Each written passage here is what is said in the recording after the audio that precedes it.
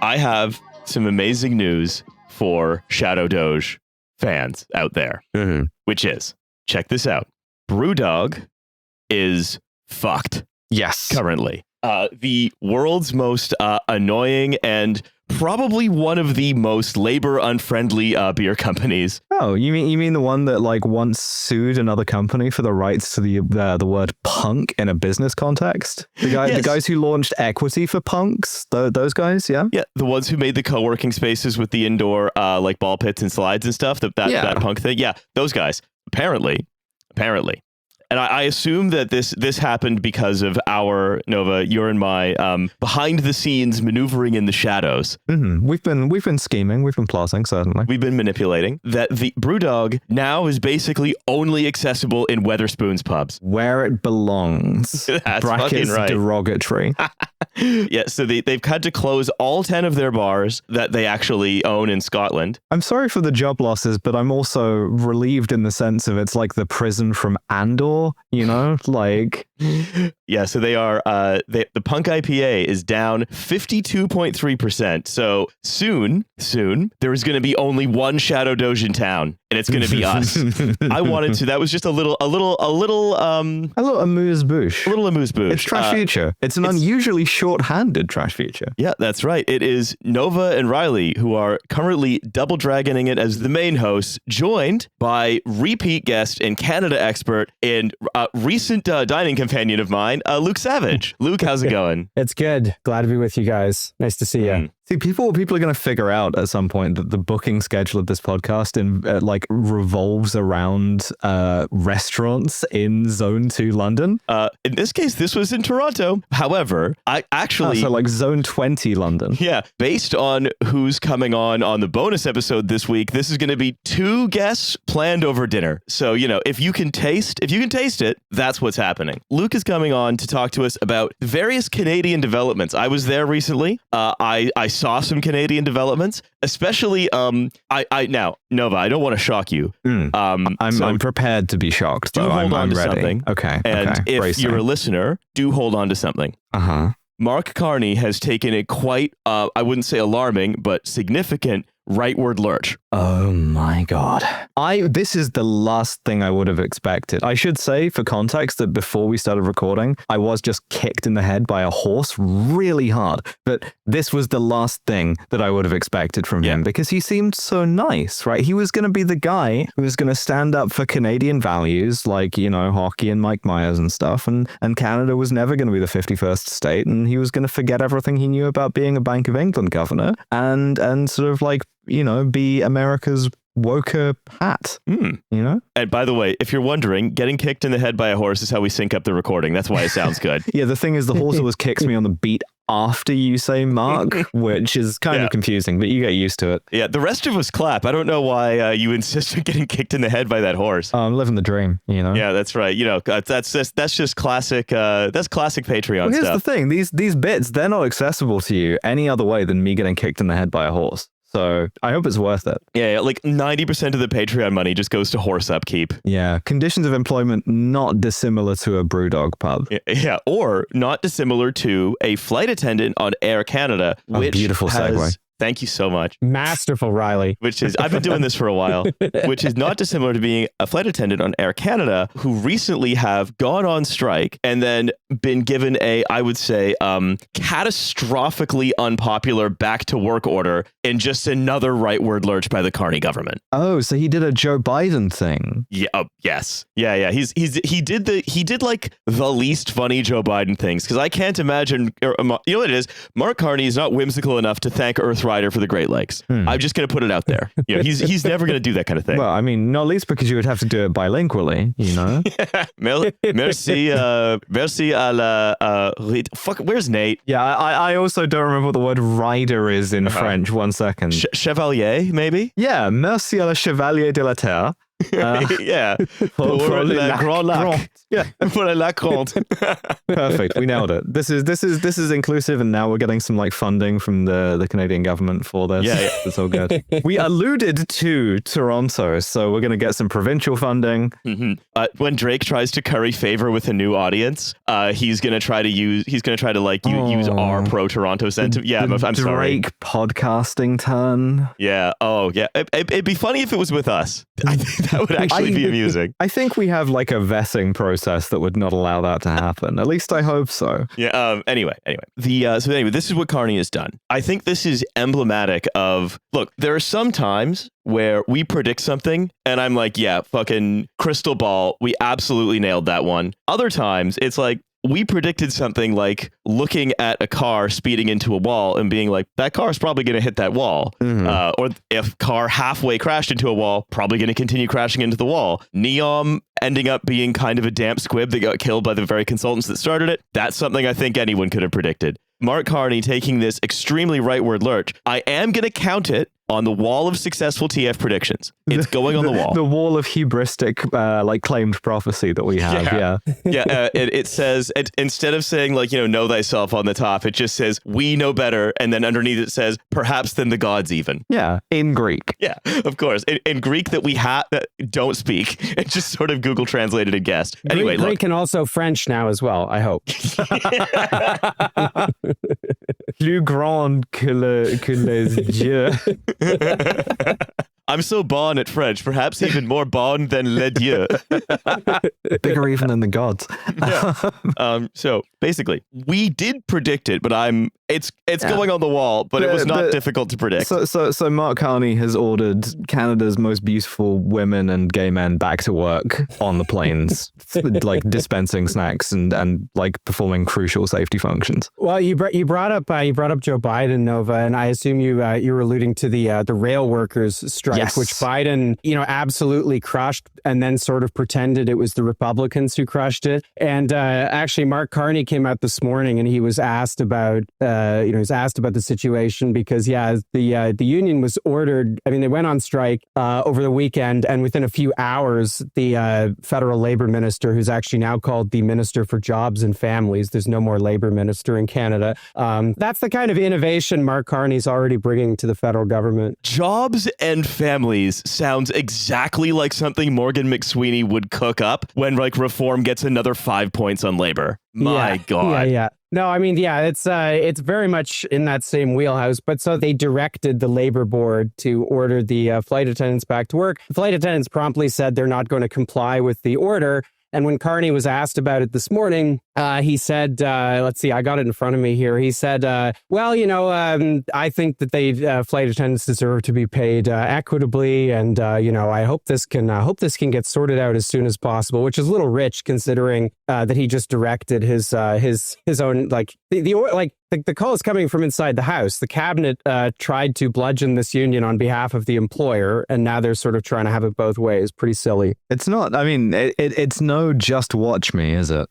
And we can talk about what are the flight attendants striking for, right? And when you talk about what they're striking for, it is any sort of like class of workers that's been getting under inflation pay rises for years. Like, of course, obviously they're going to strike. But with flight attendants, it's even worse because being a flight attendant is a lot more like being an Uber driver or a Deliveroo driver or whatever than you might actually think it is, because there's you're only really paid almost in piecework terms as a flight attendant. You're paid for when you are handing out the peanuts. You're not paid for when you're like doing all of the things that you might do before getting on the plane. Yeah, that's right. So, I mean, the issues at stake here, I mean, even by the standards of the kinds of things you would, you're used to seeing in a strike situation, like outrageous executive compensation, low salaries for workers, even who've been in their jobs for years. I mean, this is pretty extreme, even per the norm.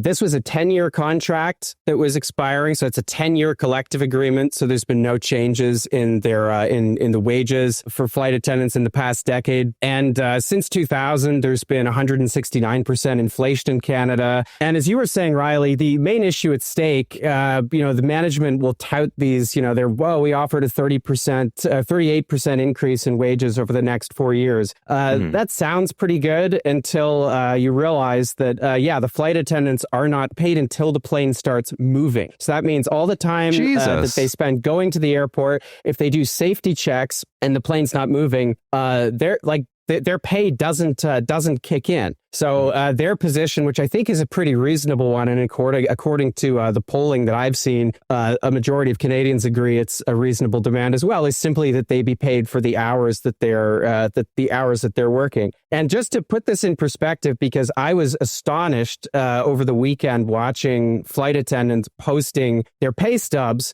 So a full-time worker in Canada who earns the federal minimum wage gets $36,000 a year, and this is Canadian dollars, not American dollars. So obviously less. Now, because of the way that flight attendants are paid, an entry-level flight attendant at Air Canada who is working full-time gets $27,000 a year before tax. The CEO of Air Canada, 2 years ago, his compensation was over $12 million.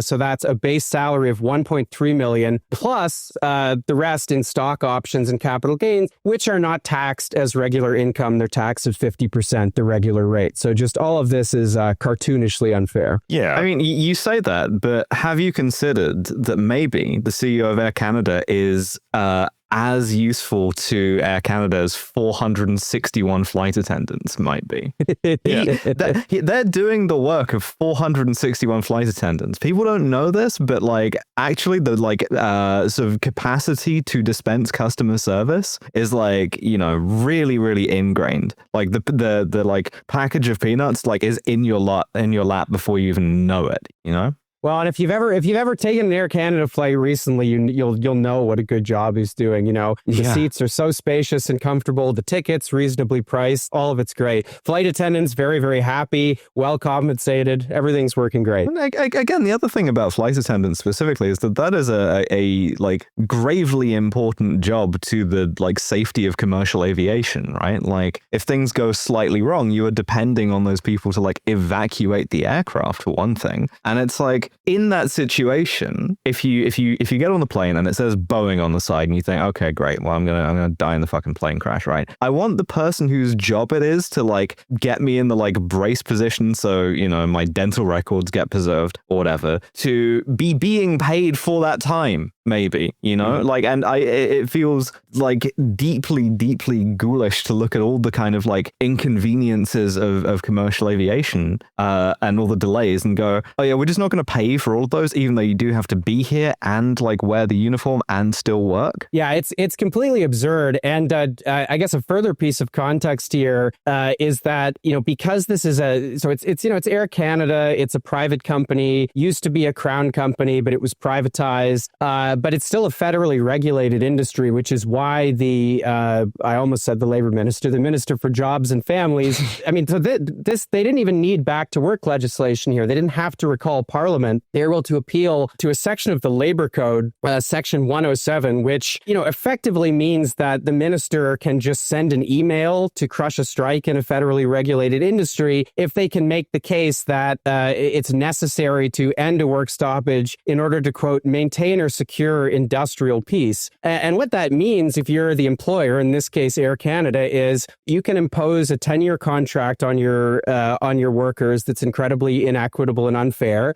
You can filibuster negotiations for 8 months, which is what the company's been doing in the lead up to this strike. And then when the union finally calls a strike, you can just call the big daddy federal government to come in, and the Minister of Jobs and Families will send an email and send them back to work. So it's even more the dynamic here is even more slanted towards management than it would normally be. That's that old peace, order, and good government. Yeah, well, the phrase industrial peace, right, is particularly particularly galling, right? Like, well, yeah, I mean, it's like under the minister when she came out to do this do press conference over the weekend and say she was invoking Section 107 of the Labor Code. I mean, essentially, the argument she made was just an argument to never have strikes or never allow strikes in any circumstances, because the very definition of a strike is it disrupts industrial peace. So if the rationale is just, well, we can't let the peace of industry be disrupted, I guess we're never going to allow strikes. And like, if we want to think about the sort of comparator case of the UK, which I think is quite illustrative, there is the UK government has lots of different ways to break strikes by public sector employees, such as by threatening to say, okay, well, we're going to have the army do the bin collection, or we're going to have the army be doctors, or we're going to have the army do really anything else, and so on. Weirdly, we're going to have the British Army be Canadian flight attendants. It's just like, why is a guy in like a weirdly shaped beret screaming at me and flinging handfuls of peanuts? This is that very similar impulse among the national level governments to be basically just get to decide whose union really has any kind of meaning. Which to these people is ideally none of them, of course. Yeah, well, of course. And I mean, I'd say the wording of Section 107 would be, I think the moment I heard it, I was like, oh my God, that is the most fucking Canadian thing I have ever heard. It's like you are being forced back into this big mangle in order to preserve industrial niceness. Literally, yeah. It's like, hey, we know that you're a little miffed about not getting paid for when the plane's on the ground, but sorry. Sorry. Look, sorry, we're invoking 107. Sorry.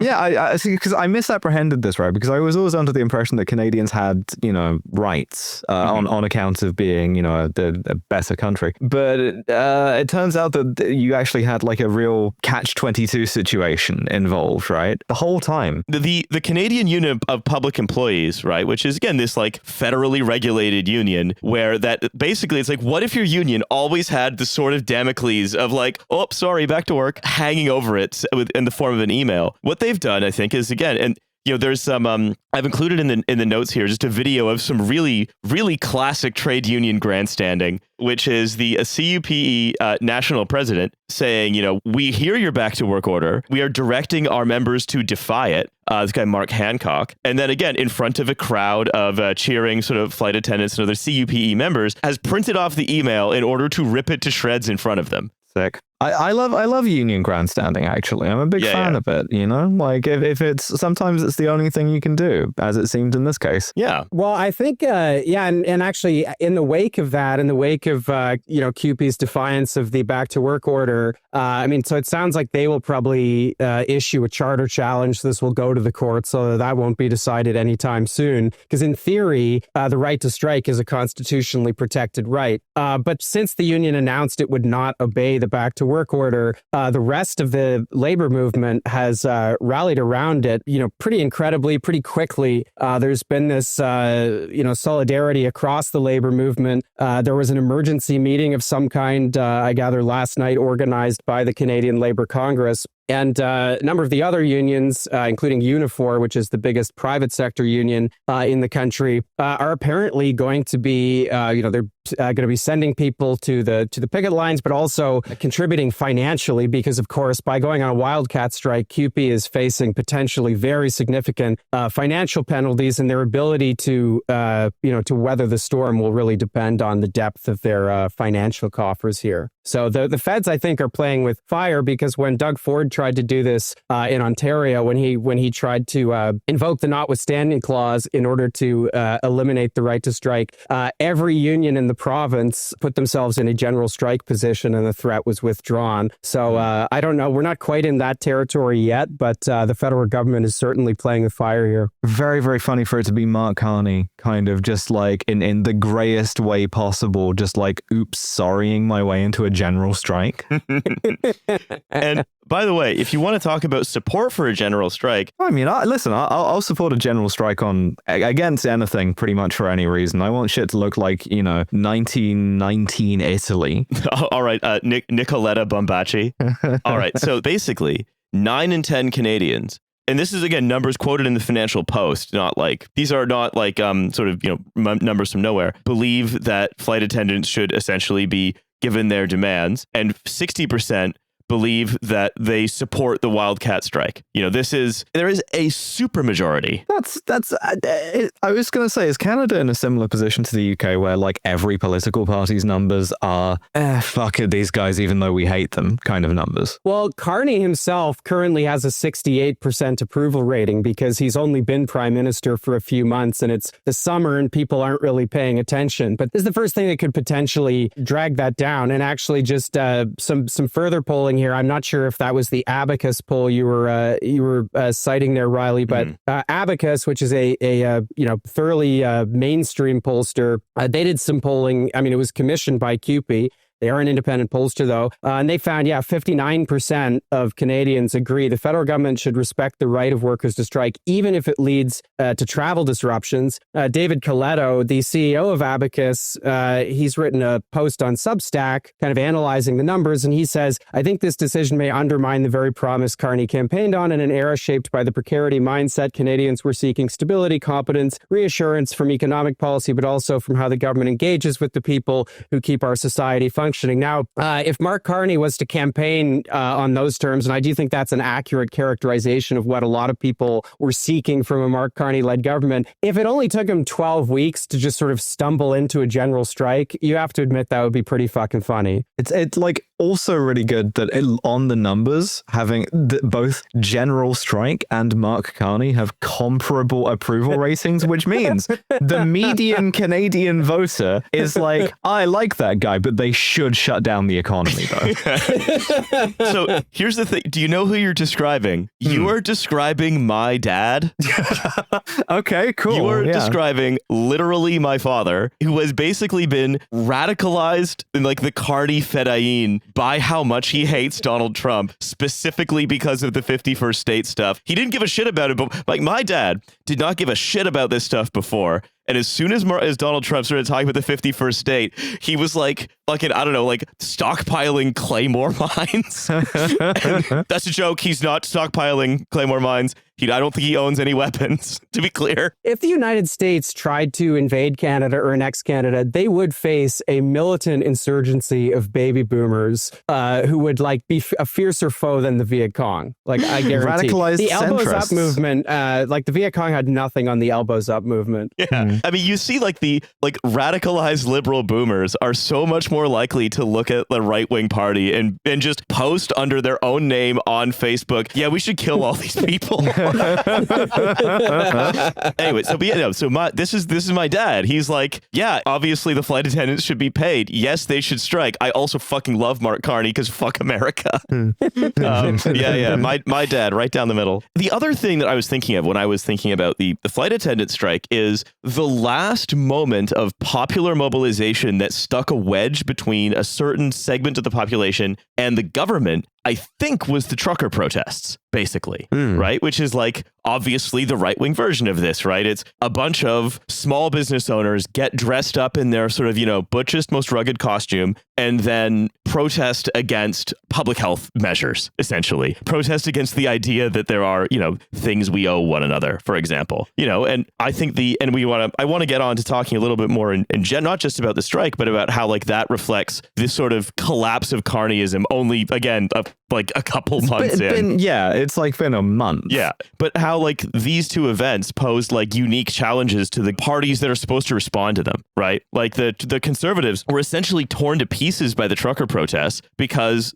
like you split from like the Brian Mulroney sort of sensible urban, quote unquote sensible urban conservatives, and then the like people who are like, no, we're either in the Tories or the People's Party of Canada, and who just edged it to the Tories. Those people all got split apart by the trucker protests, and now like that's the only right wing in Canada. And I mean, the NDP doesn't have so much sort of political clout right now, so the only people who are really responding to the flight attendants is the Liberal government. And again, it seems like once again this is going to be a problem for them that doesn't go away. They're going to want to move on on to talking about how they're going to govern, for example, how they're going to use AI to make public services more efficient. But, which again, Carney wants to do. He's exactly like Keir Starmer. It just somehow like 5% more charismatic than Keir Starmer. Which still translates to a 68% approval rating, which Starmer would have to like climb up to over a period of about 5,000 years at this point. Yeah. It's genuinely like astounding how much of it is just a personal charisma gap, and then you wonder why the Labour Party isn't plotting harder. I guess the answer is because everybody else they have is worse. Yeah. What are you saying? You wouldn't take to the streets for Yvette Cooper? Angela Angela takes Eagle? the streets against Yvette Cooper. Yeah. Angela Eagle not doing it for you? No, not a huge Angela Eagle head, I would say. Like, Oh no, you're not in the flock. I know. I'm sorry. But I just think like that these two events can be seen roughly in parallel as key challenges to the Canadian right and the Canadian center, essentially. I think that's right. I mean, I think the context, the specific political context were different, but I generally am in agreement with the parallel you're drawing. I mean, with the trucker protests, those became very much anti-Justin Trudeau protests, and the Trudeau government and Trudeau himself was really unpopular at that time. Carney is still pretty popular because he's only just appeared. Most people had never heard of him 7 or 8 months ago, and then they saw him in that ad with Mike Myers, and they thought, okay, yeah, this guy might be okay, and then they got radicalized like your dad. Like your dad did. That is a very real phenomenon. It explains probably like 80% of the outcome of the federal election. But I think it'll be really interesting to see how this plays out, because it already has the makings of something that could be very disruptive in a way that hurts the federal government, dents its image. And Carney, if you look at his personal numbers, the thing that he is unsurprisingly pulls the worst on is people's perception of, does he understand the struggles of regular people, which, as a guy who worked at Goldman Sachs and then helped for 13 years and helped, manage 2 G7 central banks, it's probably safe to say he doesn't. Right. So, if this escalates, I think it could become, in very short order, we could see a major crisis for the government. And I mean, part of the context here, and I think part of what explains why not just CUPE, but all of the other unions are rallying so hard here, is that it certainly looks like when the Carney government introduces a budget in the fall, they're going to try to very significantly cut the federal public service, possibly tens of thousands of jobs. And so, the unions have, in a sense, in relative terms, nothing to lose at this point by digging in their heels. And I think it's very good that they are. I mean, we're talking about the budget as well. I think that's a good place to move on, which is that Carney says he wants to spend an additional $9 billion on defense, and has told cabinet ministers have to find between like 10 and 15% financial savings in each department in advance of this fall's budget. And Nova and I have seen this play before. We're very familiar with how this goes, which is this is going to begin to make governing Canada be an unpopular thing to do, because it's going to make the experience of being governed by Canada worse for more people. Yeah, but there's new stuff though. So that'll be cool. You can see some F-35s. Yeah. It's not even hugely to deride the kind of need for those so much as it's just like you're choosing to do that by making every other kind of lever impossible to pull. Yeah, we're melting down all of the remaining doctors and using them as a kind of sort of substitute fuel. It's doing military Keynesianism and then getting in the car and driving like 4 hours and then go, oh shit, I forgot the Keynesianism. Yeah, I'll get it next time. It's just military. There's no Keynesianism in this. Yeah. Well, the best part of it is that in order to do all that military procurement, it's like, where are they going to get that equipment from? They're going to get it from the United States mostly, right? I mean, the F-35, obviously. And the funniest thing about the F-35 is even if Canada does get those jets, apparently because of the how they're set up in terms of the hardware, if the Americans want to switch them off, they can literally just switch them off. Like once they're in Canada's possession, useless. This is something that sort of Trump said officially, but like there are like huge kind of like supply chain issues there, and I think the only answer is you got to find the shed where one older Canadian man hid the last surviving Avro arrow. This is what it's going to say. We got to find it. I don't have an ulterior motive. I'm not just saying this because I think it would be cool. I think this is like an essential part of Canadian defense. An essential part of Canadian defense just so happens to be a really sweet looking plane with like a big central engine. Yeah, and they should let me like get up real close to it and like, maybe like slap it on the side of the wing and call it a great bit of kit. Like that's also essential. Like that's a strategic Here's what I'll say about decision. the Avro Arrow. Does deserve the title great bit of kit. Absolutely. So the whole idea here is that, again, so the reduced spending by 15% between now and 2029, cut, as you said, Luke, tens of thousands of jobs from the federal public service, replace those roles with AI somehow. And that wording is because Carney released the seven principles of Carneyism recently. The Governance of Canada by Mark Carney. Early in his term, he released his mandate letter, and it says, okay, with the 7 pillars of Carneyism are, I'm not going to do the joke, don't worry, establishing a new economic and security relationship with the U.S., building one Canadian economy by removing interprovincial trade barriers, and expediting nation-building projects that will connect and transform our country. It's very funny that he's talking about nation building. Weirdly. Yeah. Takia's on there as well, because I guess we have to ask you a few more questions. Is that, again, he's talking about nation building. Well, and he kind of ran on, we are going to revive Canada from its like doldrums under Trudeau, and then already is talking about slashing federal budgets. He's already going to war with organized labor. Like this seems pretty much like a sort of not even a broken promise so much as just a bold-faced swindle. Well, that's how you get dynamism from a guy who I assume knows a lot about dynamism, right? Yeah. Like if there's one thing you're selecting for like, senior bankers, it's a really kind of like dynamic, unpredictable kind of like move fast and break things energy. Well, it's very much the case that they ran on this kind of like, they constantly talked about nation building. The Liberals ran ads. They had these very, very slick election ads with kind of wartime stock footage and, like all this imagery of post-war housing construction. Mark Carney, even just the slogans he used, he kept talking about how Canada was going to reclaim its economic destiny, which is something that Ed Broadbent, who was leader of the NDP in the 70s and 80s, late friend of mine, he campaigned on that slogan. So whatever people heard in the Liberal messaging, they definitely did not hear like massive cuts to crown companies and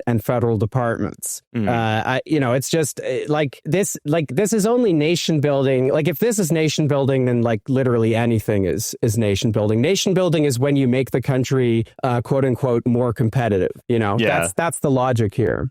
Mark Carney sat all of the sort of radicalized boomer dads down in a shura to try and talk to them. Yeah, it's just like you look at this and it's like you're reading about it. It's like they gave an 18-year-old like a shipping container full of cash and then put him in charge of the Iraqi Ministry of Jobs and Family. By the way, I should mention there is also a minister for AI. Actually, just that's the title. And this guy used to be a CBC broadcaster. You might recognize his name, Riley. His name is Evan Solomon, and he was let go from the CBC in 2015 in this very weird and very Canadian scandal where it turned out he was brokering art deals, like he was using his platform to sell expensive paintings to people. And that story actually involved Mark Carney as well, because apparently, when Evan Solomon was selling this art to, posh people that he met through doing the news, he had a code name for somebody that he kept referring to as the Gov, and it turned out that was Mark Carney. So now he's Minister for AI. Yeah. Amazing. And the role of AI in this new administration that, again, this sort of smarmy CBC guy, smarmy ex-CBC guy is going to be pushing let's replace tens of thousands of federal public service workers with ChatGPT. Why not? What could possibly go wrong? Yeah. And so the next pillars of Carneyism are, of course, bringing costs down for Canadians, making housing more affordable by unleashing the power of public-private cooperation. Hell yeah. Pretty good. Why haven't we tried that before? Oh, yeah. Especially not in Canada, the country that has the single worst housing crisis across the global north. Yeah, definitely. We just need just more private sector. Just a little more private sector in our nation-building Look, when we involved Halliburton in the private sector nation-building programs in Iraq and Afghanistan, it went super super well. They have the gas station now, okay? They hung out at a lot of great shuras. It was fun. It was cool. Everybody got along. And, you know, if you were the Minister of Jobs and Families, then you did get to get the shipping container full of cash, and you did get to then have a really big house in Paris. Anyway, also it's like, oh, we're going to protect Canadian sovereignty by strengthening the Canadian Armed Forces. We're going to attract the best talent in the world to help our economy while lowering our overall immigration rates. We're going to spend less on government operations using AI so Canadians can invest more in people and businesses and build the strongest economy in the G7. And if you're listening to this, you're a regular listener to this show, think back to when, I think the last time we had Dan Davies on, we talked about Keir Starmer's 4 missions. 4 of them are just in here. They're the same missions. The missions were after the pledges, but before the goals, right? Oh, sorry. Nova, you might have mistaken. There were the foundations. Yeah, sure. You're missing the foundations, I'm afraid. Oh, okay. No, we had the pledges, and then we had the missions. We had the foundations, which linked the missions together, and then those were measured by a number of milestones. Gotcha.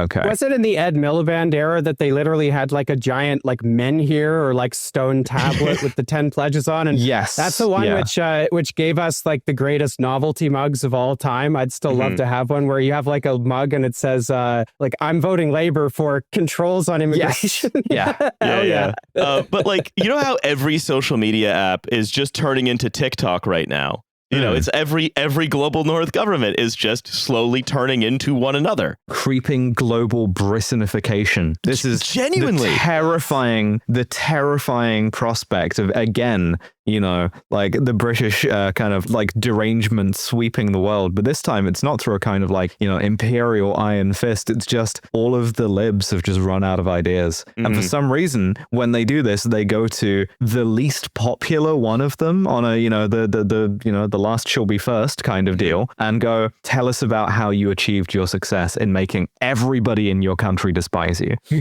Yeah, like, please, Prime Minister Starmer, I know I only get to ask you 3 questions as a humble supplicant. However, can you please review my 7 priorities against your 6 milestones, 3 foundations, etc., etc. Anyway, but this is kind of what I wanted to, if there was one thing I wanted to draw out of this long Canadian conversation, it was that we've talked about the US, elements of it becoming more British. So some combination between like Anglo-Peronism, whereas in Canada, they're also rapidly becoming more British. Like, and I think there's a number of things that create this, right? Like people reading and consuming similar kinds of media in similar ways will make them politically more simple. Like that will help you. That will help structure your political beliefs, right? This is how you get ideology, right? And that a lot of people's ideologies are coming from the same trash can. And so, you know, Starmer and Carney and so on are trying to solve basically the same problems using basically the same tools, even though they can see one another resolutely failing to do it. And I mean, I think among Carney, who's a pretty arrogant guy, there is a strong belief that it's like, well, I'm smarter than that asshole Starmer who has totally fucked up the public-private partnership to revitalize the housing market. Also, everyone before me fucked that up, but I'm going to do it, basically. That's the only explanation I could think of. He really is, you know, I read his book that he published in 2021. Mark Carney had this best-selling book called Values, and it's like value with like an S in a bracket. And like, yeah, I mean, one just does have the impression. Please tell me the S is a dollar sign. No, but it should be. Like, ostensibly, the point of that book is that, you know, the market creates value, but then there's other kinds of values, like, you know, ethical and moral values that are not captured by the cold, indifferent logic of the market, which sounds good until you get through like 600 or 700 pages or however long that book is. It's a tombstone of a book. And all it's really doing is just making the case like we just need a more enlightened business class. When he refers to like the collective that he constantly refers to, it's like the most Mark Carney thing imaginable, is he says individuals and their firms. So like that's the vanguard of change. Like individuals and their firms must do X, Y, or Z. And I think Carney is a more self-assured person, and in many ways a slicker politician than Keir Starmer. But I think you're right, Riley. It is part of the same continuum of, neoliberal politicians who just constantly insist against all the evidence in the face of all the unpopularity and popular opposition to the things that they do, that we are just one weird trick away from restoring some kind of like, I don't know, collective abundance or broadly shared prosperity. And it seems like they will continue to gut the state. They will continue to gut civil society. They will continue to redistribute wealth upwards, like until something stops them. They're just completely hell bent on this. Yeah. Well, and the thing that's going to stop them is whatever like right-wing lunatic just roars into power after them. Like we know who that's going to be in the UK. I think the only reason we don't know who that's going to be in Canada is because the roaring right-wing lunatic that was basically knighted by the press is a sort of odious and execrable dork that everyone hates. Who is also, like sort of poisoned by association with Trump, right? Yeah. Like very much so, yeah. And by losing his own seat, he lost the seat that he's represented since 2004. He lost it by 4,000 votes, and actually, just today is the by-election in Alberta where he's hoping to re-enter Parliament, and there's no question that he will. On a write-in campaign.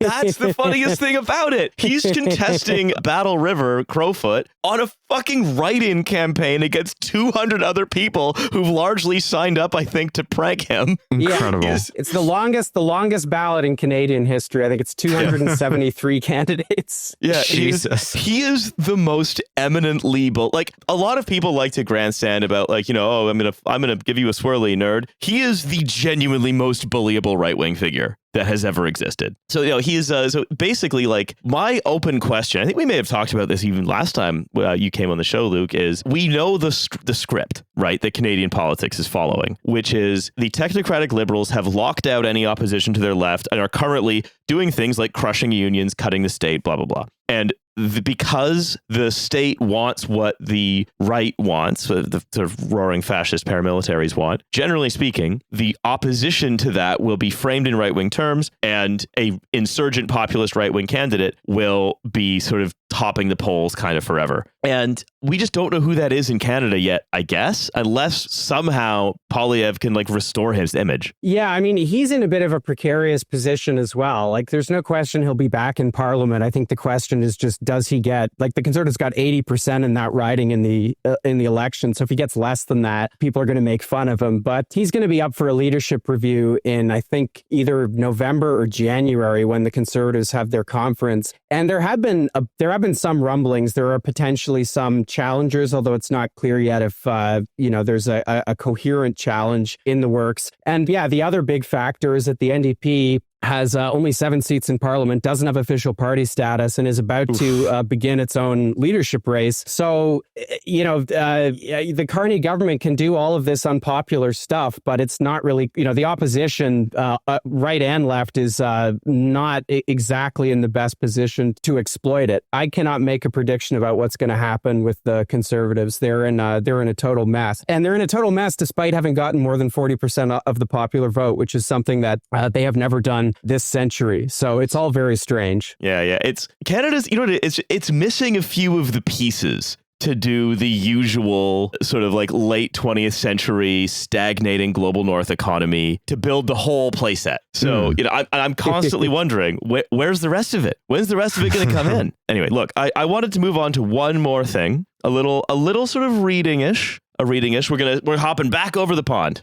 We're back in England because I actually don't. I'm really embarrassed. I forgot to celebrate it this year, but I just want to wish both of you and anyone listening as of tomorrow, I guess. So this is happy belated, but to you two, a happy Operation Raise the Colours Day in England. See, I thought it was going to be Strong Britain, Great Nation Day, which we've also been fucking not remembering. Yeah. So. No. So, and if you're listening, happy belated Operation Raise the Colours Day. No, so this is Operation Raise the Colours. You might be asking, what is it? It started out, look, this trend that swept the nation, right? That makes Labubu's and Roblox look like, everybody's doing it. Yeah, absolutely. Everybody's doing Operation Raise the Colours. And it started out as a mere Facebook page. No, really? Yeah, something like this on Facebook. It's this thing that we all do. Yeah. Just started out on like a face. That's crazy. Wow. Yeah. Okay. Really makes you think. And it's basically what's happening is the initiative, because it's an initiative. This is being written about in the Telegraph, has spread to towns and cities, including Bradford, Newcastle, Norwich, and Swindon, with activists. Put that on the side of the fashion house. Okay, sure. It's like, Wow, they got Swindon? Yeah, they got Swindon with patriotic activists putting up England and UK flags in defiance of council bans. Listen, I know a lot of woke council workers worked very hard on those bans of flying England and UK flags, right? And so I don't think it's fair to disrespect their labor like that, you know? this sounds very much like the British equivalent of the elbows up movement. Yeah. Well, it's elbows up, but to non-white people. Elbow up, but with the rest of the arm as well. And then it's just one of them, and it's just pointing in a particular direction with all the fingers. Yeah, you gotta see our version of elbows up. It's really different. So basically, yeah, the article is called "Flags Raised by Patriotism Campaigners Removed by London Council," and like we've seen, because I've noticed you seeing this, Nova, lots of like newspapers and news aggregators being like, "Oh, the Southport protesters, those activists, those harmless activists whom we all know and love and respect, who just wanted to protest about the things. You don't want to get active. They always say be active. I mean, here's the thing: I'm not as reflexively down on like the like British flag as I might be, or even the English flag,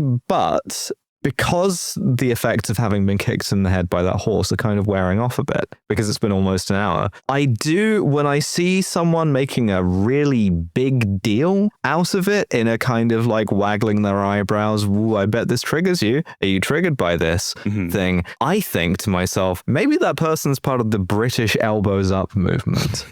Yeah, because this is something that you see sort of discussed to death, right? I think it's worth thinking about, which is just like, how come the left in Britain seems to hate its own flag? Like the Canadian left doesn't hate the maple leaf, blah, blah, blah. Well, I mean, I would venture an answer to this, which is that we've had several decades of explicit neo-Nazis trying to use specifically like ostentatious display of the Union Jack as a kind of like branding exercise. And then we've seen a bunch of like spineless liberal politicians immediately capitulate to it by cloaking themselves in said flag at the same time that they're specifically being like, I'm going to agree with all of those people about immigration, right? And I think all of those things together, you might derive a reasonable suspicion of the flag from that, maybe. It's almost as though these concepts aren't just things, individual, unconnected things just zipping around. Like there's such a thing as the flag, and the flag has its flagness and it has its Englandness, and that's not connected at all to how I would say a pretty successful, as you'd call it, multi-decade propaganda campaign by fascists to completely co-opt the flag, aside from its use in like imperial war like crimes in like Ireland and beyond,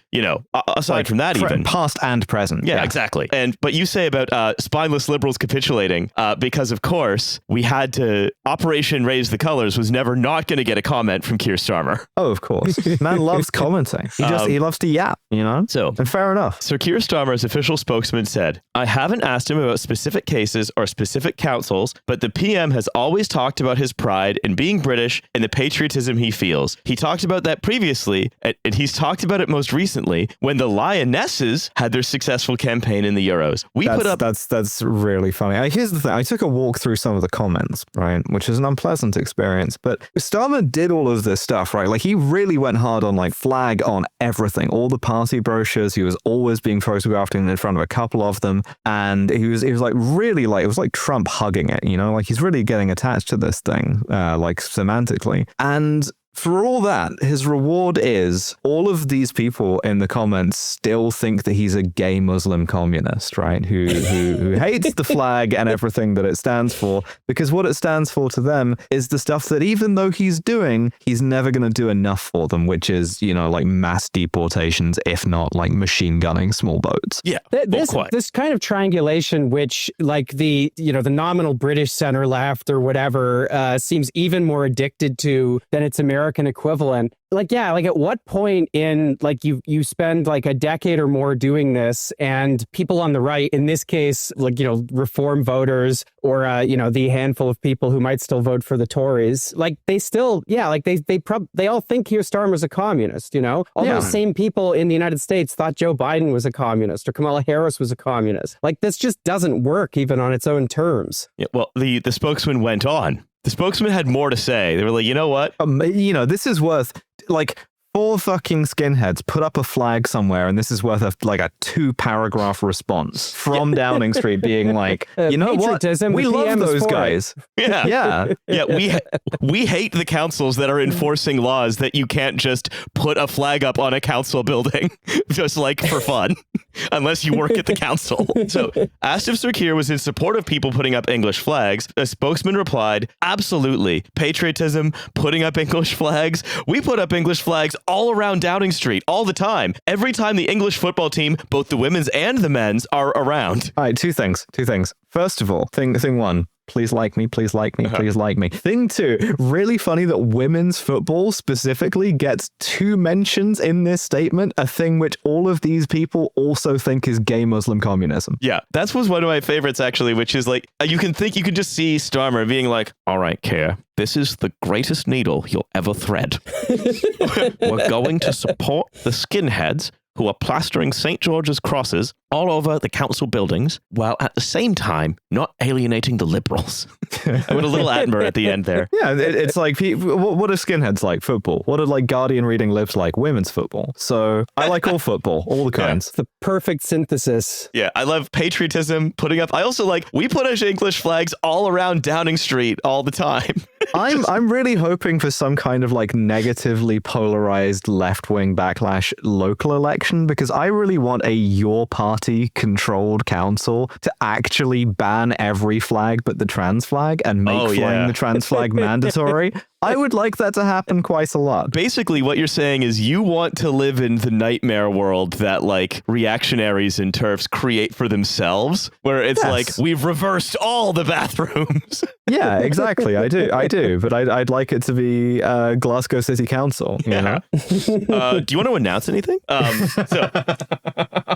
If they're down to me as a candidate, I may as well just walk into the fucking ocean. There have to be better choices. So Downing Street went on to emphasize that the Prime Minister was not familiar with the events in Birmingham or Tower Hamlets, where the Operation Raise the Colours was countered by jackbooted council workers who were just saying, "Can't put a flag up there, mate. Can't do that."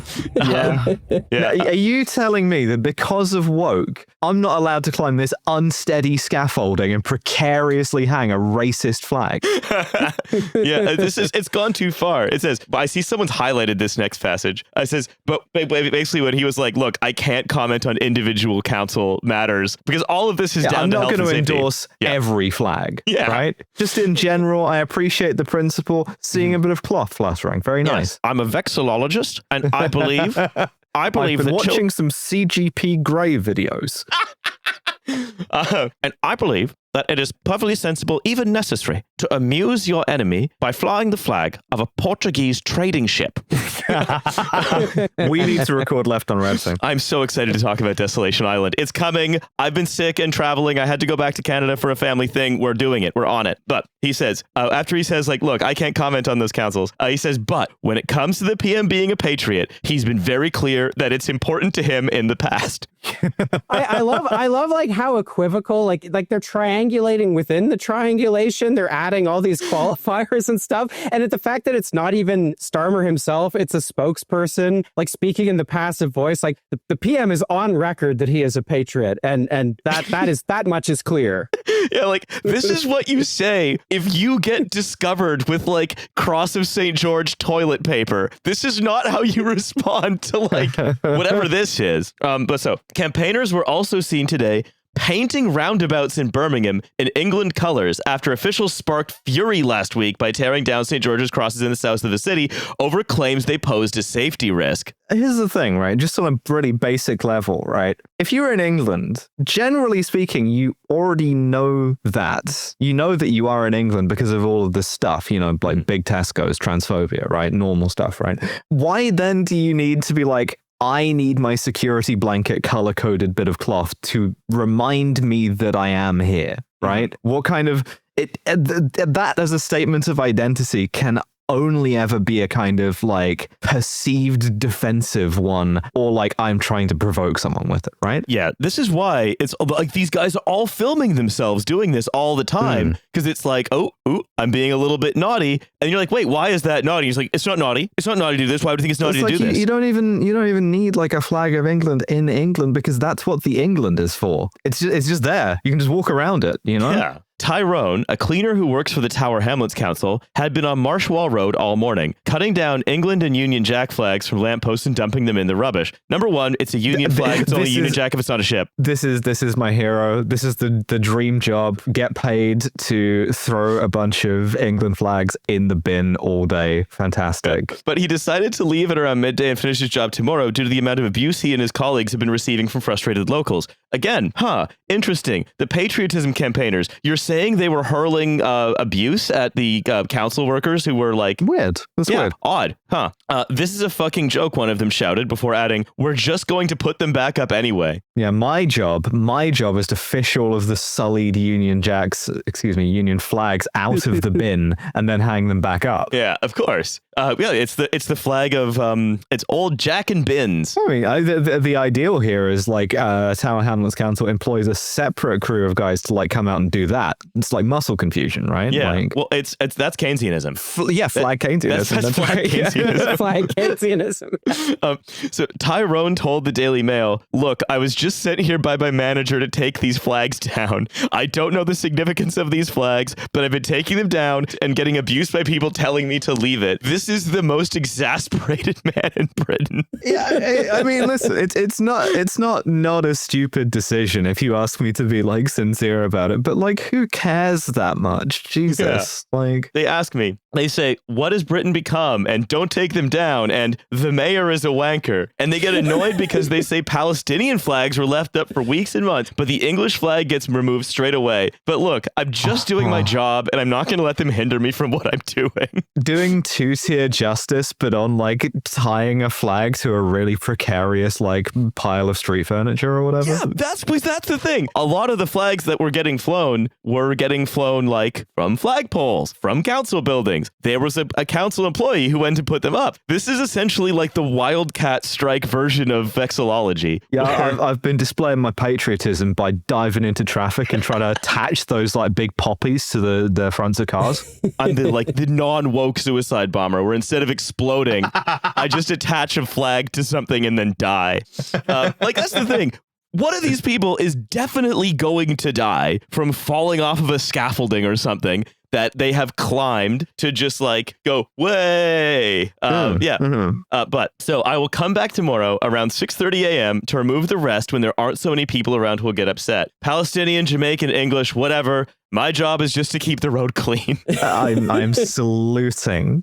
Yeah, this guy. Also, some of the stuff he mentioned as, you know, little bits and asides, like two-tier justice, wouldn't you know it, talked about in both the Telegraph and the Daily Mail articles as this is just another example of that. I like the idea that like it's disrespectful to the flag to like throw it into a bin or whatever. So we have to do kind of like some cloth magic, right? Where anytime a Union flag is like tied to something, everybody has to like stop and salute it and then take it down and like fold it properly, right? And therefore, I kind of like this as an idea because you could get around a lot of stuff in Britain that way. It's like, oh, interesting. You want to arrest me for shoplifting? Well, check this shit out as I deploy my Union flag parachute, right? Yeah, or you could have a specifically British version of caltrops that are just like a multi-sided shape that always faces a Union flag up. Yeah, but you know what else this is? Before we end, you know what else this is? This is American shit. This is just American. Thank you. Yes. Yeah. No one used to care about this stuff at all. Yeah. Including people who fancied themselves patriots, right? Like, that's part of the reason why it was like why the far right was able to kind of corner the movement on the Union flag specifically is because like even people who consider themselves patriotic didn't care that much about the flag itself, you know? I think it was only once the brand of conservatism that was primarily about pissing off as many people as they could possibly communicate with at once did anyone really start giving a shit about the flag, because it's an easy post to do, you know? Yeah, absolutely. It's visually striking. It's an easy post to do, and you can be like, oh, hey, are you triggered? And then Katie Hopkins will talk about it, and then there you go. You know, it's low effort. It's low effort shit. Operation Raise the Colors. I think what you guys should do is you should start getting more daring with it, right? What's the unsteadiest platform you can hang a Union flag off? Or like, how secure of a facility can you break into and make more patriotic?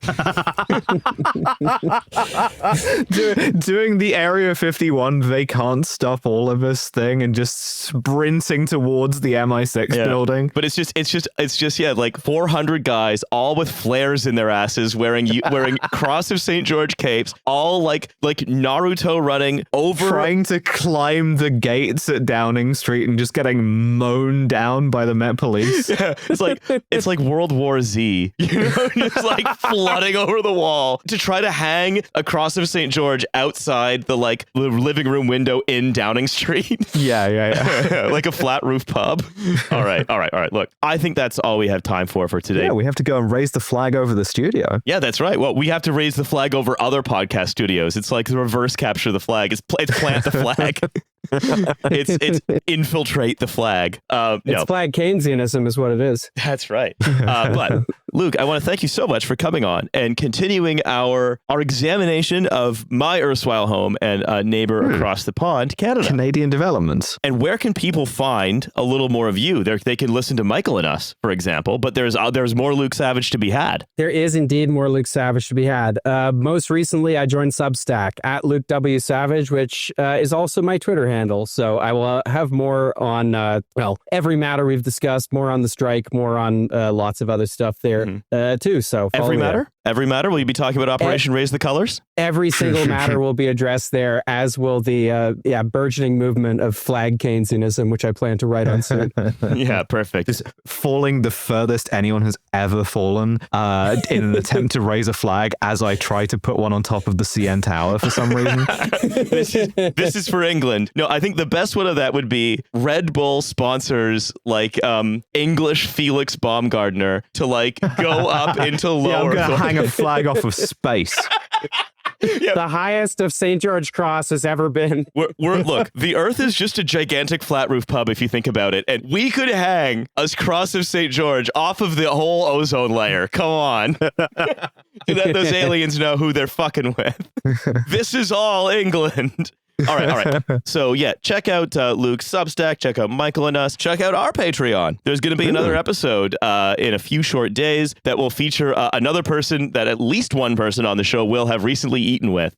So do check that out. We're going to be talking about cars. And other than that, have a good couple of days and we'll see you soon. Bye, everyone. Bye, everyone. Cheers, comrades.